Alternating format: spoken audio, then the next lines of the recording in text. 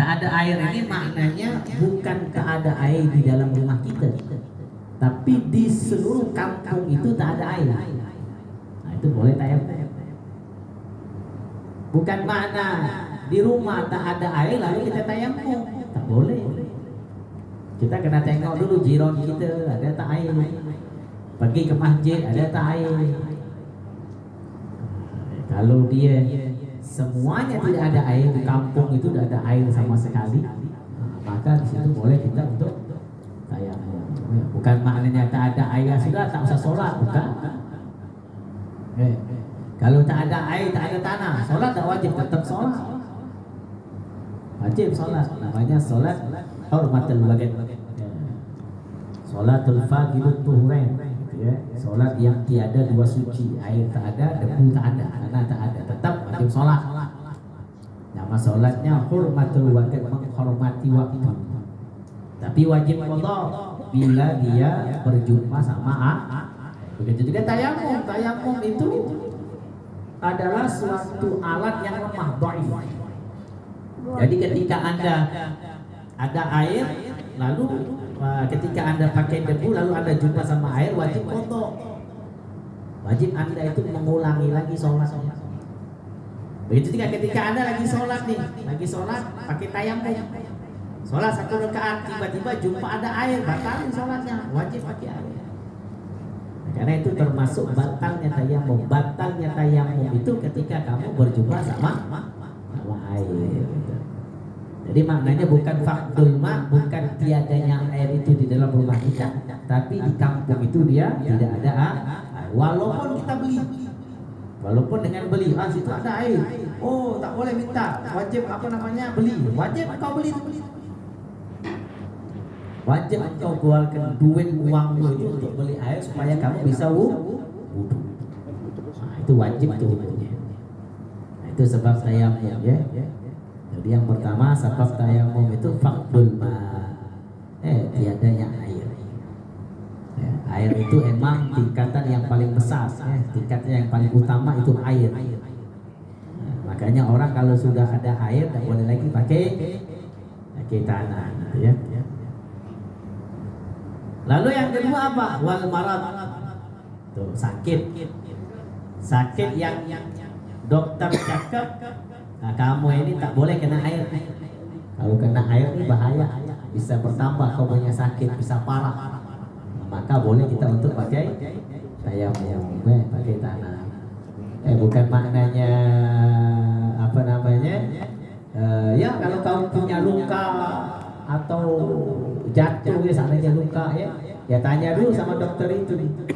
Nah, dokter itu nanti boleh tak? Kalau saya ini ada luka nih dok, macam mana kena air boleh tak? Oh, kena air tak apa-apa. Nah, boleh, berarti dia wajib kena pakai air. Nah, wajib pakai air. Nah, kalau dia tak boleh juga, bukan maknanya seandainya macam ini. Di tangan kita ada luka. Tangan kita ini ada luka. Nah, lalu kata dokter cakap, ini tak boleh kena air. Bukan maknanya kamu itu langsung tayamum, bukan. Tetap kamu wudhu pakai air itu wajib. Kamu wudhu pakai air, lalu yang sakit itu jangan kau kenakan air.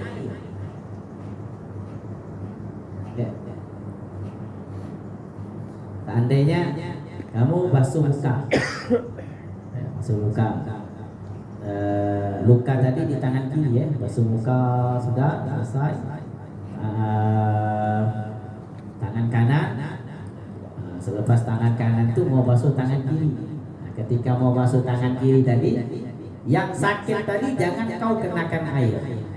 Kau bersihkan, kau cuci, kau basuh yang sehatnya saja. Nah, nanti yang sakit ini kamu tayamum. Tayamum ambil lagi debu. Cari yang debu di mana tangan. Letakkan kau punya tangan, gitu ya. Nah, lalu niat nawaitu tayamum al-istibahati sholat. Nanti kemudian tangan, gitu ya. Nah, selepas itu sudah tayamum, lanjutkan lagi wudhunya pakai air. Lepas tangan apa? Wudhu lepas tangan apa? Rambut. Lambun kaki. Nah, itu semua pakai air. Bukan maknanya kamu itu kata dokter, oh tak boleh kena air ini, di tangan ini tak boleh kena air lukanya. Bukan maknanya langsung kamu tayamum, bukan. Tetap kamu wajib pakai wudu, pakai air. Nanti yang lukanya baru kamu basuh dengan tayamum. Basuh tayamum macam mana? Bukan lukanya kau basuh pakai debu, pakai tanah, tapi engkau kena tata cara tayamum. Itu. Tata apa namanya? Tata cara tayamum itu kan ini. Nanti ada tanah, sini tanah, tanah itu bukan. Nah, ketika di sini kamu jumpa sama tanah nih, kamu letakkan ini. Pastikan dulu tangannya. Pastikan dulu tangan. Nanti kamu begini. Ya, begini. Kemudian kamu angkat, ya. Kamu angkat dulu ya. Kamu angkat, kamu gini. Maksudnya, ini ya. Nanti ketika angkat itu, kamu niat. Niatnya dari sini langsung nawaitu tayammum al-istibahati fardhi shalah. Itu. Kalau tayamum gitu aja ini gini. Nanti mau yang basuh tangannya di tempat yang lain. Karena di sini sudah mustamal. Nanti ini jempol ini, ibu jari ini jangan kena dulu, dipisahkan. Nanti sampai ke siku ini baru Anda putar. Ini juga sama. Nah gitu tayamum. Tayamum begitu. Nanti selepas tayamum kamu lanjutkan lagi wudunya gitu. Itu masalah namanya masalah jabiroh. Masalah jabiroh. Kalau masalah jabiroh, luka kalau di anggota tayamum, di tangan, atau di muka, seandainya itu tetap wajib qodok sholat. Wajib qodok sholat. Nah, kalau seandainya dia lukanya selain anggota tayamum di kaki seandainya, nah, di kaki itu nanti dia tengok kalau dia membalut lukanya lebih daripada luka sehatnya dibalut, wajib qodok. Tapi kalau dia pas-pasan itu tidak wajib gitu ya. Nah, itu nanti ada hukumnya, itu namanya ahkamul jabirah, hukum jabirah. Ya. Nah, makanya marad sakit. Nah, sakit itu boleh, enggak pakai air boleh. Azar namanya. Nah, makanya syariat itu kan tidak sulit, mudah. Kalau kamu sakit bisa kena air, bukan bukan maknanya kamu tidak wajib sholat. Sholatnya wajib, tapi kena pakai tanah tadi. Itu yang kedua tuh. Yang ketiga wal ihtiyaju ilaihi li atashin hayawanin muhtaramin wa ghairul muhtaram. Ya. Membutuhkan air karena aus li atashin hayawan muhtaram. Ya. Karena hewan-hewan muhtaram, hewan yang emang dihormati, hewan yang disayangi. Adanya ini ada air kecil pas inti untuk wudhu, lalu tiba-tiba ada kucing, aus dia, kalau nggak kasih air dia mati. Akhirnya inti kasih air, boleh inti kasih binatang. Nanti inti boleh pakai tayamum. Tuh, pakai hayawanin muhtaram. Maksudnya manusia yang muhtaram. Manusia itu termasuk hayawan juga. Kita ini hayawan. Tapi hayawanun natik, hewan yang bisa berbicara. Nanti tengok manusia, wah lemas, orang soleh, orang baik. Lalu itu masih segar, ada air sedikit untuk inti wudu. Gimana nih? Kasih bantu. Itu pakai tayamum. Ya. Nah, tapi kalau ghairul muhtaram tidak boleh. Kalau yang tidak muhtaram tidak boleh dikasih air sama dia, inti tetap wajib wudu dengan air itu. Siapa yang orang muhtaram itu? Ada 6 tarikus sholat, orang yang meninggalkan sholat. Tuh, yang ninggalin sholat. Ya, meninggalkan sholat secara sengaja. Ya, secara sengaja. Atau dia meyakinkan sholat tidak wajib. Alhamdulillah. Itu maknanya kalau kamu lihat ada orang yang meninggalkan sholat sengaja, lalu dia aus, kamu tahu ini orang bejat, orang jahat, tidak pernah sholat ini. Lalu kamu ada air sedikit pas untuk kamu wudhu, tak usah kasih dia. Pakai kamu untuk wudhu. Kecuali kalau kita ada airnya banyak, kalau ada airnya banyak, nggak apa-apa ini kasih. Kalau ini air itu ini pas, hanya untuk wudhu saja pasnya. Kalau saya kasih orang lagi, selesai saya nggak bisa wudhu. Nah itu udah usah kasih. Kalau bagi siapa? Orang yang tariku sholat, yang ninggalin sholat, soalnya kan tinggalkan sholat itu kan dosanya besar. Gitu. Kunci ya, sholat itu kan kunci daripada kebahagiaan kita.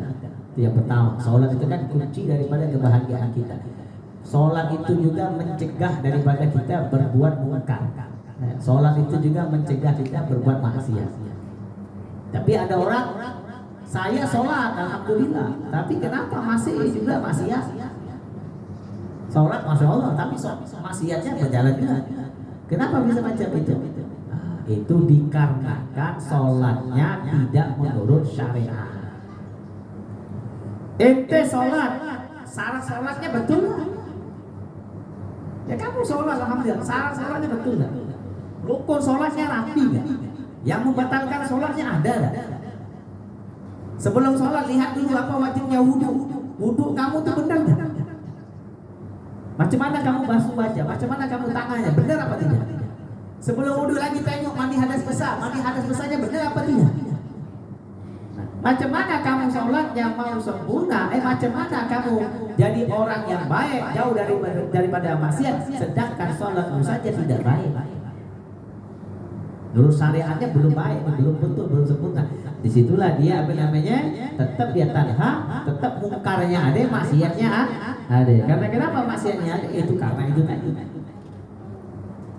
Karena tidak menurut syariat. Nah, makanya penting kita tuh sholat, belajar syarat, rukun, membatalkan, belajar masalah wudhu, belajar masalah hadas dan besar. Karena sholat ini adalah keseharian kita. Makanya di dalam kubur itu yang ditanya apa? Sholat, bukan hartamu, bukan hartamu, bukan apa namanya, bukan martabat, bukan dua. Yang ditanya sholat dulu. Kalau sholatnya baik, semuanya baik. Penting itu sholat. Apalagi na'udzubillah kalau orang yang meninggalkan sholat seumur hidup tidak pernah sholat. Apalagi na'udzubillah dia meyakinkan sholat tidak wajib, kafir. Yo sholat zuhur, wah apa sholat zuhur tak wajib, sunnah, wah itu kafir. Yang kewajiban yang sudah ditetapkan dalam Al-Quran dia meyakinkan sunnah, berdosa lagi, itu kafir. Nah itu ya, makanya sholat wajib. Jadi kalau ada orang yang tinggalkan sholat, tidak usah kasih, tidak usah kan, tidak usah dikasih. Kau gunakan untuk tayam, ikut sholat. Jadi jangan main-main orang yang meninggalkan sholatnya, ancamannya besar. Lalu yang kedua apa? Lalu masalah wazanil muhsan. Zanil muhsan ini berzina. Orang yang sudah menikah dia berzina. Kurang pertama. Kurang yang pertama kurang. Mau kawin lagi takut akhirnya berzina. Alhamdulillah. Berzina itu maksudnya macam mana? Berzina dia berhubungan. Bukan hanya pegang ya. Kalau pegang-pegang bukan zina muhsan. Maksudnya zina muhsan itu dia berhubungan satu sama lain, laki sama perempuan, saling berhubungan. Saling berhubungan maksudnya dia jima. Jima itu. Alhamdulillah. Nah, ini zani muhsan ini kalau dia sudah kawin, kalau dalam hukum Islam dia sudah kawin, dia berzina sama wanita lain. Maknanya dia berzina ini dia tidak menikah secara syariat. Tapi kalau dia menikah, wah itu bukan zina, namanya halal. Kalau dia kawin yang kedua, itu halal namanya. Tapi kalau dia tidak kawin, berzina, kalau dia udah menikah, itu direjam sampai mati. Itu hukum syariatnya begitu. Dirajam sampai mati. Nah ini na'udzubillah. Nah ini orang yang berzina, tak boleh kamu kasih air ke orang. Kamu tahu, wah ini orang ahli zina, ini orang ahli zina. Makanya kita tidak boleh fitnah orang. Oh kamu ini berzina, kamu ini telah kumpul sama perempuan itu berzina. Tidak boleh. Itu namanya qadzaf. Tak boleh ente memfitnah orang berzina kecuali kalau ente lihat dengan mata. Makanya ada orang datang kepada Sayyidina Umar, wahai Sayyidina Umar, wahai khalifah, itu fulan bin fulan berzina. Apakah Sayyidina Umar langsung percaya? Tidak. Diambil celak oleh Sayyidina Umar, celak itu dicabut lalu diletakkan lagi, dicabut lalu diletakkan lagi. Kata Sayyidina Umar, apakah kau melihat semacam itu? Laki perempuan terkolek enggak? Saya begini katanya. Diumpamakan celak dicabut dimasuk. Saya enggak lihat. Wah, enggak bisa. Kamu yang kena pukul karena kamu memfitnah orang. Nah, begitu tidak boleh kita fitnah orang. Oh, ente berzina, kamu telah berzina, kamu dari mana? Kalau kamu ada bukti, kamu melihat dengan matamu, ya, bukan dengan omongan orang. Iya benar itu suamimu berzina. Akhirnya ente percaya. Si istri percaya dengan omongan orang. Nah itu. Zaman sekarang kan begitu, istri lebih percaya omongan orang, cakap orang daripada suaminya sendiri. Nah itu hati-hati ya. Nah, makanya zanil mahzan, zanil mahzan. Ya. Nah itu tidak boleh dikasih air itu orang yang berzina. Oh, yang kedua apa? Wal murtad. Yang ketiga itu murtad, nauzubillah, keluar dari agama Islam. Woi banyak zaman sekarang ya orang yang murtad ya. Banyak. Yang keluar dari agama Islam banyak. Gara-gara apa? Sebab dunia. Imannya ditukar dengan dunia. Ya, murtad. Nanti kalau tengok ada orang murtad, tidak usah yang dikasih air. Nanti pakai buat wudhu aja. Orang murtad ya. Islam dia dulu tapi lama-lama murtad. Ya, irtad. Orang yang murtad ini bila mana dia tidak taubat, dia tidak masuk Islam lagi, sudah dia azaban syadidah. Nah, kalau dia masuk Islam, dia kena wajib qada salatnya selama dia murtad. Makanya orang murtad itu kalau dia murtad, selama dia murtad tuh masuk Islam, selama dia murtad wajib diqada salatnya.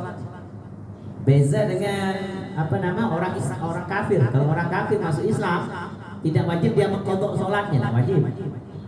Tak boleh ada orang kafir masuk Islam, syahadu Allah udah sadar dia, syahadu anna Muhammad, wajib kau godok sholat selama kau kafir. Wah keluar lagi, keluar lagi dari, tak boleh. Kalau orang kafir tak usah diwajibkan dia godok sholat, puasa wajib ini tidak. Tapi murtad itu wajib. Orang murtad itu bukan dia kafir asli, bukan ya, tapi dia Islam, tapi dia mau dia karena cinta sama perempuan yang bukan muslim, akhirnya dia karena saya cinta sama awak, saya akan keluar dari agama Islam. Nauzubillah. Ya. Diceritakan dulu kan begitu, ada orang ahli ibadah, tiba-tiba dia tengok ada perempuan cantik, perempuan tadi langsung cinta dia. Akhirnya dia datang, oh ini tidak bisa kata bapaknya, kamu ini orang Islam, nah, saya orang Yahudi. Kalau kamu keluar dari agama Islam karena cinta tadi, dia keluar dari agama murtad, kawin baru malam pertama dia kena musibah meninggal. Ya, mati dalam keadaan suul khatimah, murtad. Ya Allah, ya.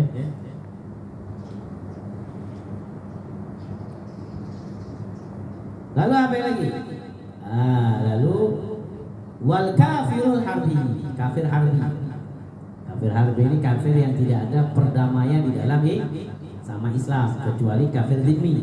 Kalau kafir zimmi itu ada perdamaian di dalam Islam. Kalau kafir harbi tidak, pokoknya Islam bunuh. Nah, itu tidak usah yang dikasih air juga. Wal kalbul akur, anjing yang galak. Ya, kalau anjing yang rapi, anjing yang nurut, apa yang dikasih? Kalau anjing yang galak, tengok itu mau dimakan. Wal khinzir begitu juga. Tuh khinzir tidak boleh dikasih kasih air. Itu gunakan untuk wudu. Nah ini ghairul muhtaram ya. Jadi ada 6 tadi ya yang tidak boleh dikasih air.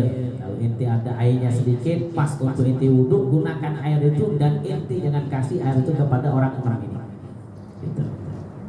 La ilaha illallah Muhammadur Rasulullah sallallahu alaihi wa alihi wasallam. Ya. Nah ini yang masalah asbabut tayammum. Insyaallah. Hadis mana hadis?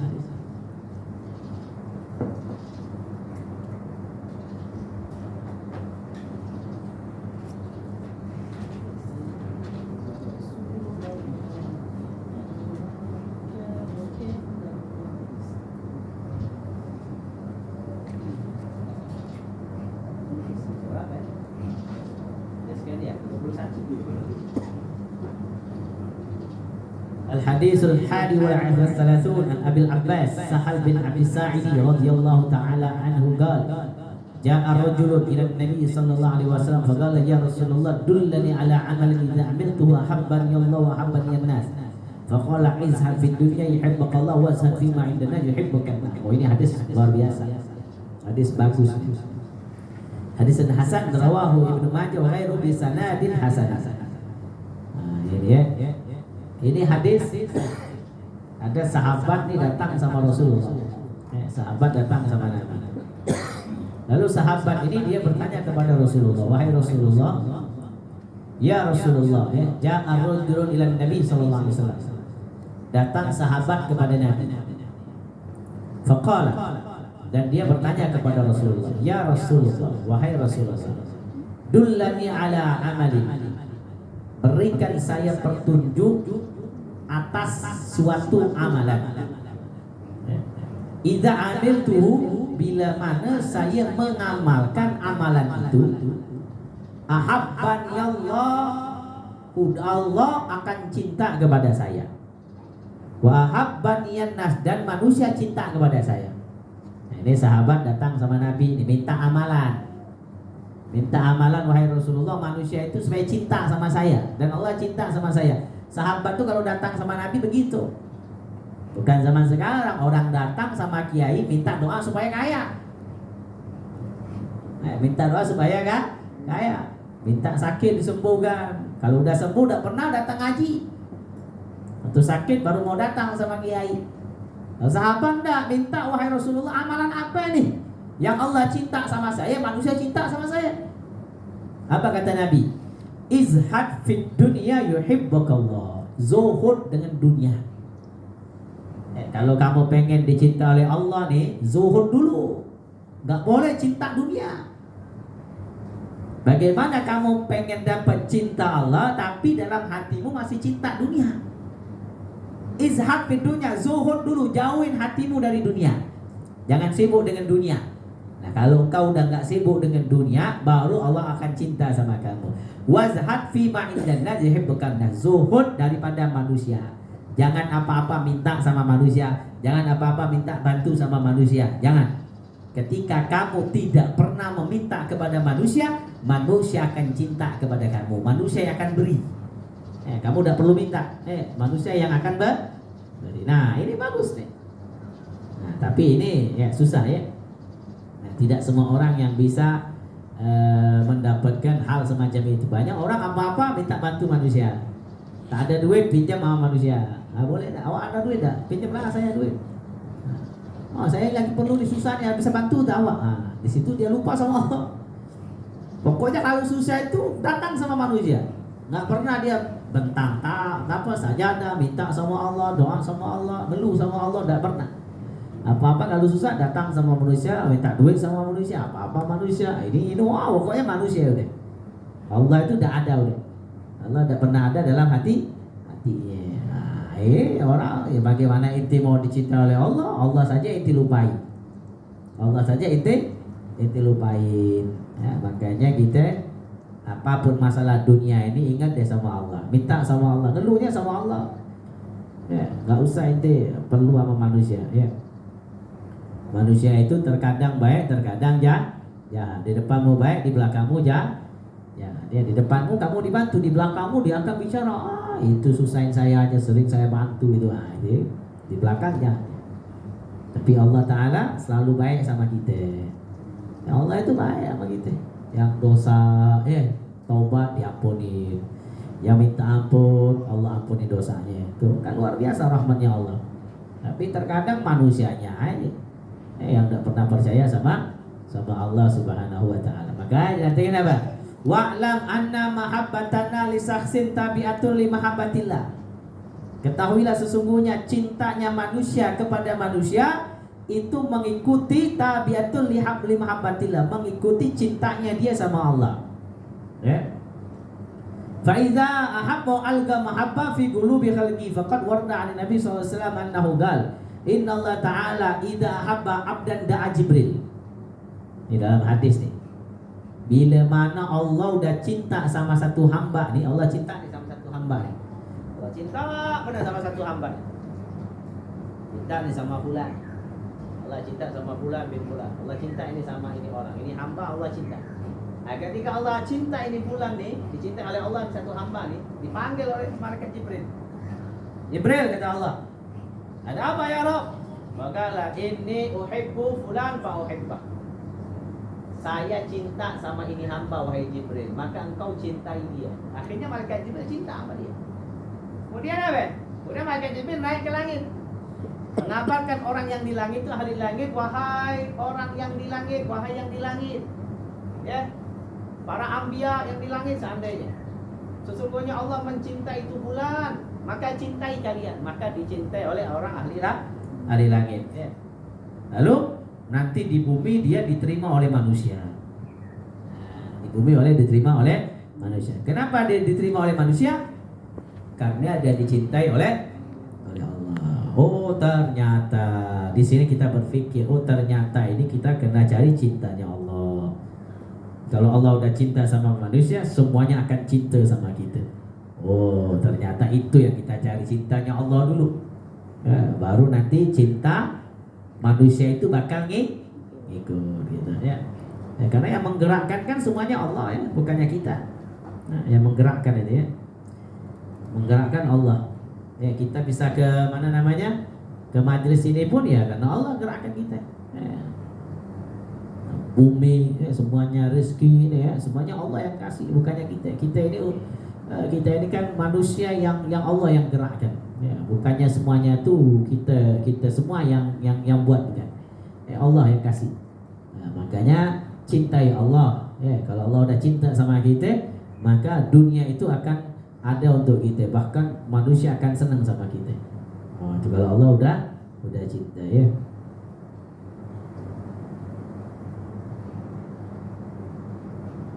Ya, kan dia izhad fi dunia tuh, zuhud sama dunia. Ya, kita lihat Rasulullah SAW, ya, Nabi Muhammad tuh wah orang yang paling zuhud ini.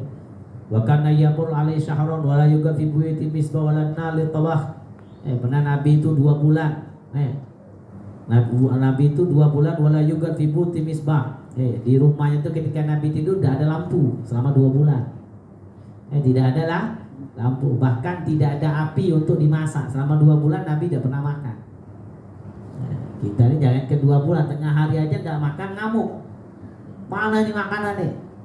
Jangankan 2 bulan, tengah hari aja nggak makan ngamuk gitu. Marah, mana makan nih? Lapar.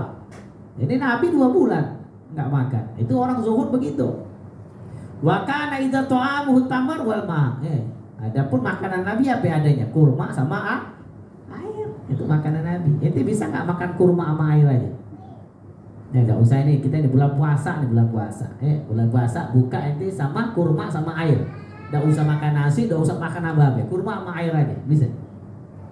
Ya belum tentu bisa. Ya kadang-kadang puasa aja kurma kita nggak makan, padahal kurma itu ada di depan kita. Kurma kita tidak makan. Orang yang makan kurma itu sebenarnya mengenyangkan.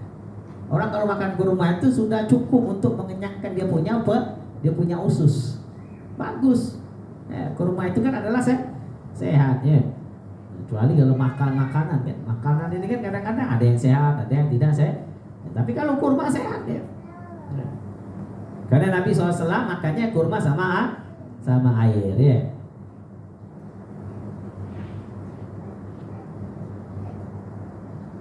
Allah ya, itu Rasulullah alaihi Nabi 2 bulan nggak makan ya.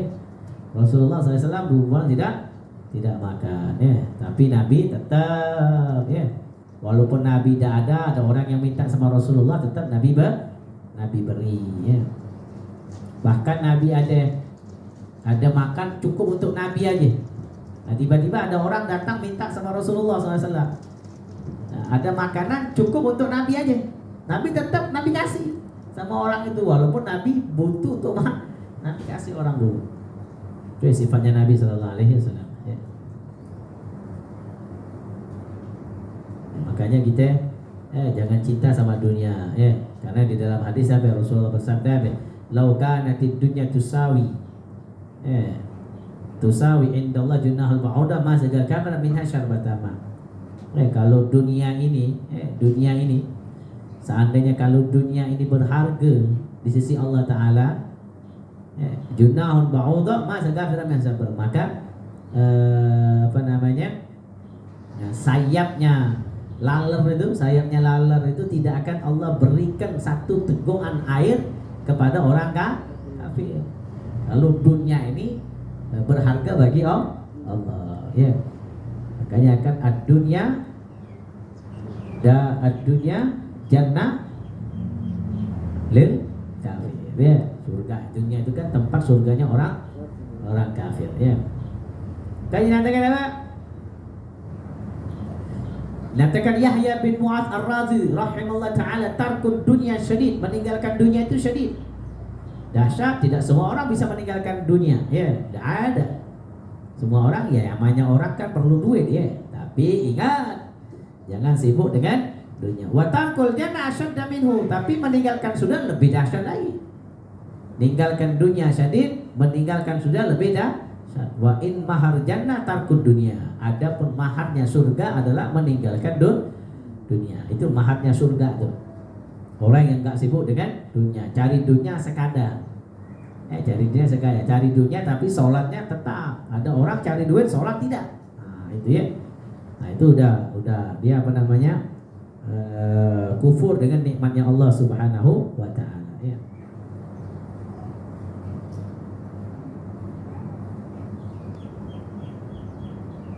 La ilaha illallah Muhammadur Rasulullah sallallahu alaihi wa alihi wa baraka wasallam, ya. Makanya orang itu kalau pengen zuhud, ya, kalau pengen dapat nikmatus zuhud, semacam ya Habib Ali bin Jafar itu zuhud beliau, ya, tak cinta sama dunia, ya, rumahnya kecil kayu, ya. Kalau beliau pengen istana bisa aja, ya, cepat, ya, tapi beliau nggak mau. Nah, orang kalau pengen zuhud begitu. Orang pengen zuhud apa?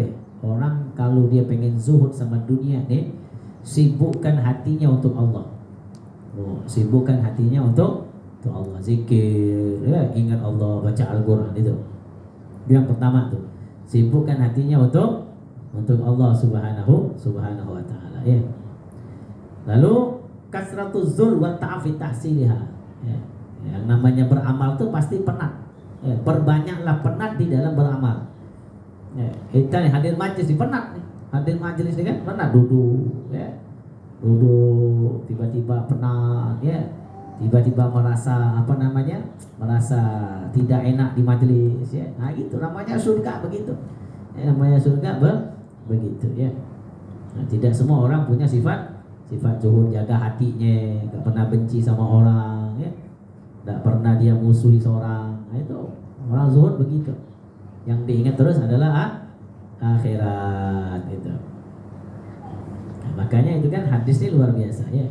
Makanya hadis ini ketika ada sahabat datang kepada Nabi Muhammad SAW, kan gitu, minta sama Rasulullah, izhad fid dunya yuhibbukallah, zuhud sama dunia. Kalau kau pengen dicintai oleh Allah, kalau kau pengen dicintai oleh manusia, jangan pernah kau ngeluh dan minta kepada manusia, tapi jadilah orang yang memberi, bukan meminta, ya. Tapi kalau kita minta sama manusia itu boleh minta sama manusia. Kata siapa enggak boleh? Boleh. Kalau ente mintanya tadi bukan untuk pribadi, ya. Seandainya macam ini, ente punya madrasah, ente mau bangun madrasah, ente kenal sama orang-orang yang kaya, ente datang sama dia, ente minta gak apa-apa. Tuhan, ini mau sedekah nggak? Ini anak mau bangun nih, mau bangun tempat pelajar. Nah, kita itu sedang mengajak dia itu untuk berbuat baik, untuk supaya dia dapat pahala ladang akhirat. Itu udah apa-apa itu minta untuk umum, bukan untuk kita pribadi. Gitu. Nah, zaman sekarang ini banyak orang jangankan yang sunnah-sunnah, yang wajib pun kadang-kadang perlu diminta. Diminta. Semacam apa? Kira-kira zakat itu kan wajib dia keluarin, tapi nak diminta dulu baru dikeluarin. Oh, ayo bang, zakat yang mana bang ini kan? Sedangkan zakat itu kan wajib, bukannya sunnah. Wajib dia keluarkan apa namanya 2,5% daripada hartanya. Wajib itu dalam Islam. Tapi kena diminta dulu. Mana bang, minta dulu bang, ini. Wah. Nanti baru dia keluarkan daripada zakatnya. Nah, ini yang wajib saja diminta, apalagi yang tidak wajib. Nah, kalau dia minta, inti minta untuk pelajar, inti minta untuk pondok, inti itu sedang mengajak dia supaya dia dapat pahala, itu baik, nggak apa-apa. Tapi kalau inti minta untuk pribadi, tolong saya lagi susah, bisa nggak abang tolong saya lagi perlu duit, nah jangan. Jangan pernah minta kepada manusia, tapi mintalah kepada Allah. Makanya kita, ketika kamu sedang susah, ketika kamu sedang penat, ketika kamu sedang perlu sesuatu, jangan pernah kau datang dulu kepada manusia, tapi kau datanglah kepada Allah. Datang kepada Allah, minta sama Allah, minta Allah Ta'ala buka pintu langit, ya. Minta sama Allah, keluh kesah Anda sama Allah, minta hajat Anda sama Allah. Anda terus, nanti kalau kita udah minta sama Allah, Allah akan kirimkan. Mungkin lah. Ya, orang itu kalau lagi dia kalau dia sedang punya hajat betul-betul sama Allah nih, dia sedang punya hajat lagi susah benar nih, dia minta sama Allah, itu terkadang Allah langsung kabulin doanya. Allah kirimkan, mungkin ada satu manusia, baik sahabatnya atau orang yang dia tidak kenal, mungkin dia akan bantu dia. Tapi terkadang kita ini manusia ini lupa sama Allah. Kita datang dulu kepada manusia, minta dulu sama manusia, kita berkeluh kesah sama dia, kita cerita apa kesusahan kita, itu, tapi dia lupa untuk minta sama Allah. Sedangkan Allah itu sangat senang mendengar daripada doa orang-orang yang selalu minta sama Allah. Maka kita tengok diri kita nih, ya Allah, saya ini pernah nggak minta sama Allah? Ya Allah, saya ini pernah nggak doa sama Allah? Nah, kita tengok di diri kita nih sehari sepas sholat itu, ya, pernah nggak kita minta sama Allah? Nah, kalau nggak pernah, berarti Anda termasuk orang-orang yang dibenci Allah. Innallaha yaghdab, Allah itu sangat marah kepada hamba yang tidak pernah minta sama Allah. Semakin Anda tidak pernah minta sama Allah, semakin Allah marah. Nah, makanya apapun hajat kita minta sama Allah. Ceritanya sama Allah, jangan cerita sama manusia. Anda punya masalah nih sama keluarga nih, ceritanya sama Allah, jangan cerita sama manusia. Begitu juga Anda ada masalah sama ahli keluarga, bini sama suami lagi ada masalah, jangan kita cerita sama keluarga, baik sama orang tua, nggak usah, ceritanya sama Allah. Yang mempertemukan Anda sama dia siapa? Allah. Lalu ketika udah ditemukan sama Allah, ketika Anda ada masalah, lalu Anda lupa cerita sama Allah. Jadi kan Allah itu pedoman dalam hidup kita. Curhatnya sama Allah. Jangan kau curhat sama ibu bapakmu atau mertuamu. Apalagi kalau kita curhat sama orang lain, hancur nantinya. Nah, tapi cerita sama Allah. Ya Allah, sambil doa, mengeluh, nangis sama Allah, ya Rabb, kenapa ini saya punya keluarga begini, ya Allah? Kenapa ya Allah? Ya Allah, lindungi ya Allah, jadikan keluarga kami keluarga yang baik. Kalau ada orang yang syirik dengan kami, jauhkan ya Allah. Jaga suami saya, jaga hatinya ya Allah, ya Allah. Begitu minta sama Allah. Nah, jangan apa-apa cerita sama temannya, jangan apa-apa curhat sama temannya. Apalagi nauzubillah, dia cerita tentang kejahatan gurunya. Wah, itu sudah nggak ada keberkahan lagi. Sudah dia cerita, guru saya itu jahat, guru saya ini begini begitu. Jangan, nggak boleh kita buka aib manusia itu, jangan, apalagi aib kita punya guru ya. Nah, maka dari itu ya, insyaallah ini udah bulan Sa'ban nih, kita lagi bulan puasa. InsyaAllah kita cuti dulu lah bulan puasa. Puasa ini kita nikmati dulu dengan ibadah, banyak-banyak baca Al-Quran.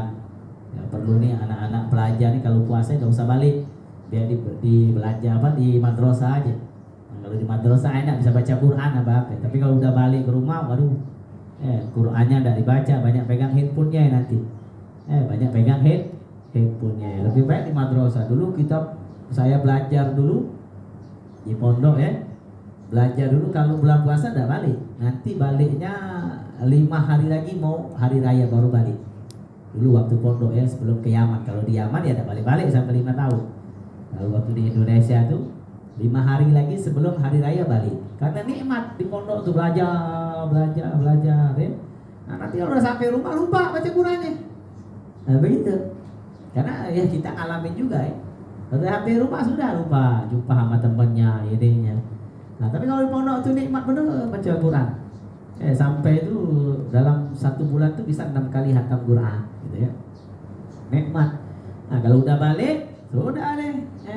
Qurannya hilang, di tangannya handphone. Oh, dulu main. Halo ya, mana?